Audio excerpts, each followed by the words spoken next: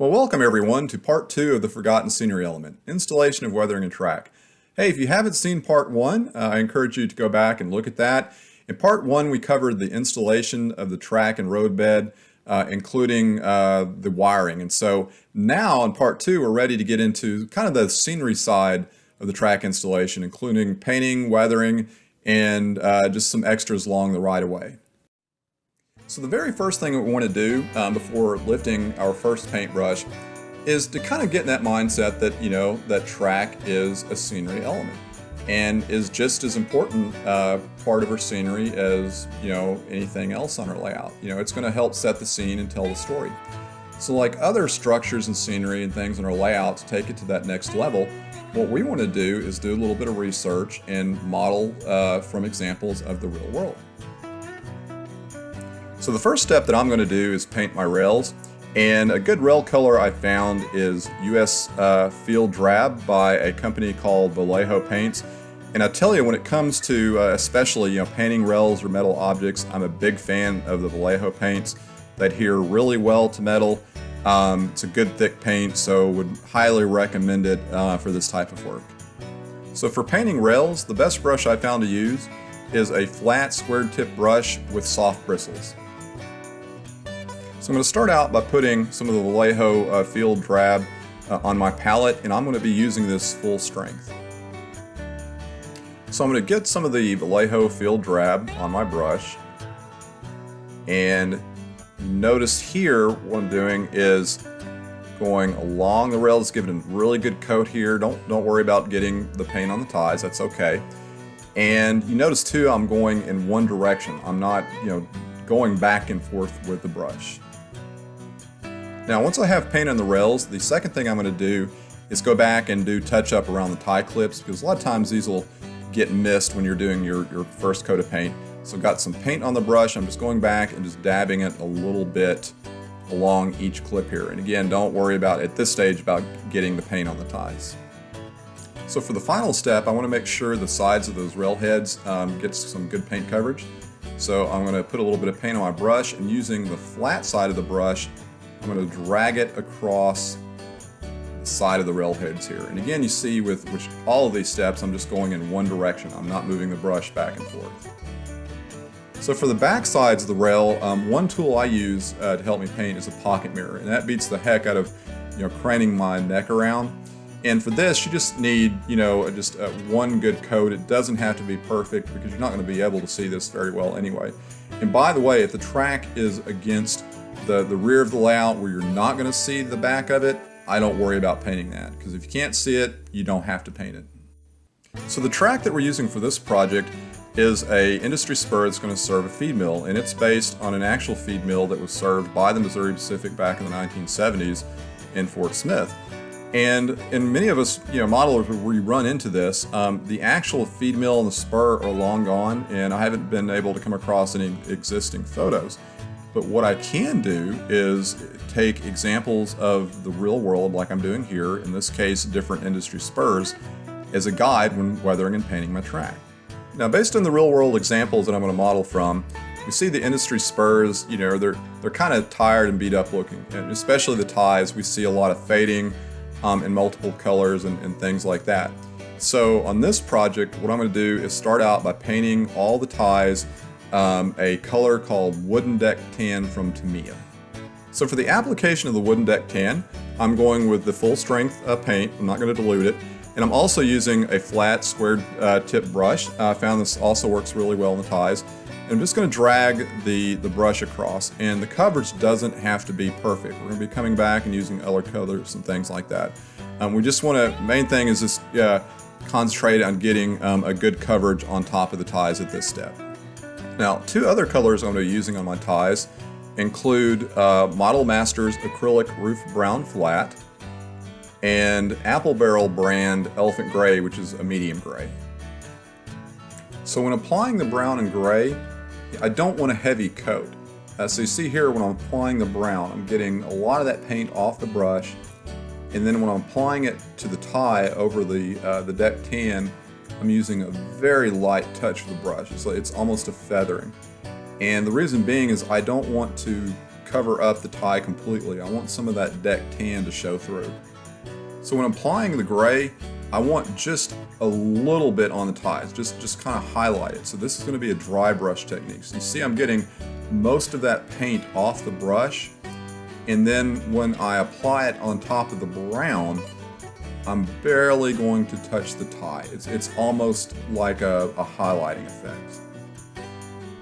So if you feel you've gotten too much of one color on the tie, it's not the look you're going for, that's easily corrected. Like here I've got a tie, I think it's a little too much gray in it. So that's easily fixed, and this will be kind of another dry brushing technique. I'm going to get a little brown on the brush, get most of that brown off, and then go back over and just very lightly just go over the tie. So I've got my tie and rail color where I want it, and now I'll go back later and do some more touch-up after I've put in the ballast and done some other work. That'll be one of the last things I do. But the next step is actually laying the ballast. Now, one thing you can do to get a really good ballasting job is to do it in layers. And here you see the very first layer. What I'm doing is I'm prepping the sides of the track with full strength Mod Podge. You can use white glue too. And I'm going to put down just a thin coat of ballast, let it dry, and then I'm going to put coats of ballast on top of that. And the reason you don't want to try to put all your ballast down at one time is when you put in that water glue mixture to secure everything down, what can happen if the ballast is too deep is some of those layers underneath the top don't get coated. They don't get any glue, and so over time that ballast can start caving in and pulling up, and it doesn't look very good. So for my base coat, I'm going to start out with a Scenic Express light gray ballast, and again, the color doesn't really matter at this stage. You know, it's just a base layer. I like the Scenic Express ballast. It's made out of real stone, and I found the color doesn't change when you add the glue. So what you start out with is what you're going to get. And for HO, I use the number 50 cut, which is a very fine ballast and looks really good for HO and N scale. So here I'm making sure I've got a good base to start out with along the side of the track and at the end of the track there. Make sure that all that Mod Podge is covered up. And you see here, this is kind of my technique for laying ballast. I mean, everyone has their own way of doing it. I've even seen some ballast spreaders you can get for model railroading, but for me, I call it the pinch of salt technique, and I've got great control here. Just get some in my hand, just kind of sprinkle it where I need it, and it works for me. So next I'm going to coat that ballast really good with what they call wet water, and I just use water with a few drops of dishwater soap in there and shake it up really good. And this is going to break the surface tension for our next step. So for my water glue mixture, I use a ratio of 1 part Mod Podge to 7 parts water. And I'm using a large dropper here to put it down. And I'm not squeezing the bulb in that dropper really hard. I don't want just a sudden rush of that mixture coming out and washing the ballast away. So I'm just going very easy. And you also notice I'm keeping it kind of to the side of the ballast and very close to the surface. And what you want to do is you just want to give it a good soak. When you see that white mixture come up above the ballast, you know you've got a really good soak. Another thing I think it helps to prevent the washout is, since I've started using the natural stone ballast, I just don't see that a lot. And I think it's because it's heavier. I know some other products I've heard use I think it's like ground walnut shells and things like that, which tends to be lighter. But regardless, if you do get washout, don't try to fix it where everything's wet. You know, I'm guilty of trying that, and I know there's other people that have tried to do that too, and all it does is it makes a mess. So if you have a little bit of washout, that's okay. Just let everything dry and go back and correct it later. So while that first coat is drying, I'm going to go ahead and mix up my ballast for the second application. And the look I'm going for in the spur is one that's very old, very tired, and hasn't seen new ballast probably since its initial installation. So for this, I'm going with a mixture of 4 parts light gray ballast, 3 parts of natural fine dirt soil, which is also sold by Scenic Express, and 2 parts dark gray ballast. So I have my final layer of ballast in place, but before gluing it down, I'm going to take a soft brush, and you see here I'm just removing the ballast from the sides of the rails and other areas that might cause derailment problems. Now, because this is an industry spur, I'm going to leave some of the ballast on top of the ties, and I'll even have some of the ties completely covered. So the next step is I'm going to take some of that wet water and I'm going to give my ballast a good soak. And again, this just breaks up that surface tension, so when you put the water glue mixture down, it flows in real easily. So now that the ballast is a good soak, I immediately apply the water glue mixture. And again, I go with a mixture of 1 part Mod Podge, 7 parts water. And I'm using my eyedropper here, and you notice too I'm going along the sides of the rail, and this helps prevent washout, and having that soap and water mixture down lets everything flow in there quite nicely. So after letting that ballast dry overnight, I'm going to come back here with a wooden skewer, and I'm just using it to remove any of the pieces of ballast that maybe got washed up and stuck to the sides of the rail, could cause derailment problems. And I used the wooden skewer instead of the metal objects because it's not going to scratch the rail or take that paint off. So the look of the spur is starting to come along, but I'm not quite finished yet. What I want to do is add sort of a light brown dusty grunge, and this is going to simulate a track that's used and sees rail traffic, but not as much as like a mainline rail. So what I'm going to do to get this look is use a mixture of powder tempera paints and plaster of Paris. And the colors I'm going to use on the tempera paints are black, brown, and yellow.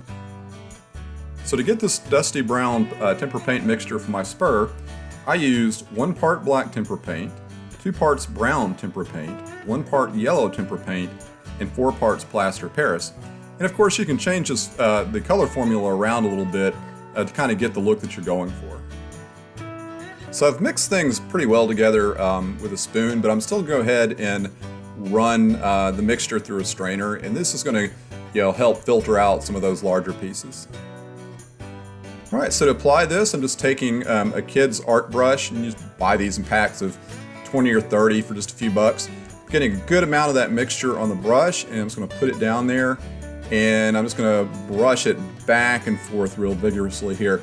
And you notice too, there's still a few chunks that made it through that strainer. So what you want to do is you brush this mixture, is press down really hard with that brush and continue to go back and forth and break up any of those remaining chunks there. All right, now that I have that mixture down, I'm just taking plain water in this case, and just giving the area a really good soak. Okay, so the look of my spur is coming along. Now, what you see here is 3 separate applications. The cool thing about this technique is the results are real subtle, so you can kind of build up to the layer of the grunge, the look that you're going for, versus one application and the results are something that you just weren't looking for, because taking this off is a little bit more challenging than putting it on. You also notice that some of that grunge has washed onto the ballast on the sides of the rail, which is good. It kind of blends things in. And for the lower levels of the ballast, I didn't want it as pronounced as the middle of the track. So I just took a little bit of the Bragdon's weathering powder, the Dust Bowl Brown, and kind of brushed on there. But everything is blending in very, very well. Well, the feed mill scene is really coming along, and I'm really pleased with how the spur has turned out. And you see in this scene too, I've added some static grass to simulate, the growth that you see sometimes along, older track or spur tracks and such. And from here, I really could just say, it's done, move on completing the scene, but there's a couple more things I want to do. And the first is, knowing that railroading can be a dirty business, I want to add some junk and debris along the right-of-way to add a little bit more realism to the scene.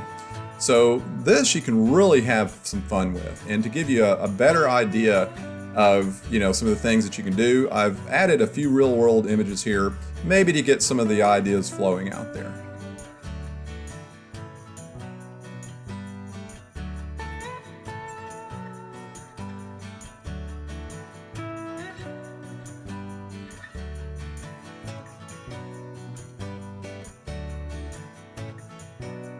So the way I approached my feed mill scene here, as far as junk and debris, is I stopped and thought, okay, so what is happening in the scene? Well, the spur serves a feed mill, but what happens specifically? Well, you have cars that are loaded and unloaded.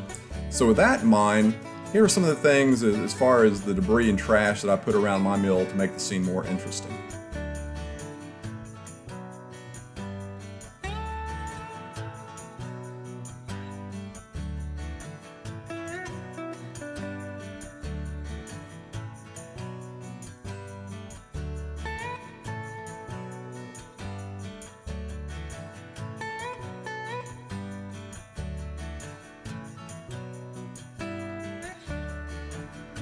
So the last thing I wanted to do before calling this project done is put a barrier at the end of my spur to keep the cars from rolling off.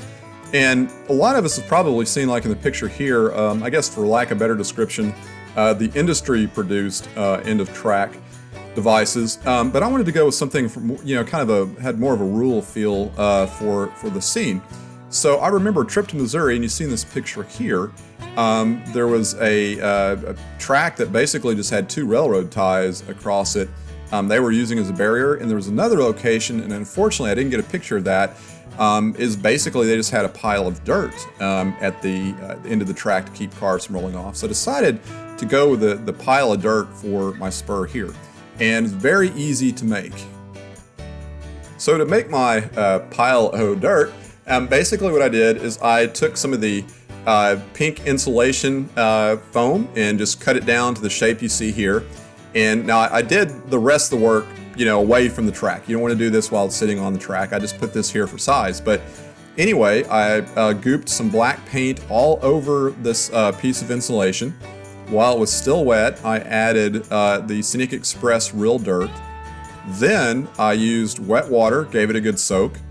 Went back, added more of the real dirt, and I also used the Scenic Express Super Leaves to kind of, give that look of like weeds that have started growing over it. Then I hit it with it was 1 part Mod Podge, 7 parts water, the same stuff I do the track with, and then let it dry. And then when it was dry, I just glued it in place, and voila, you get your barrier as you see here.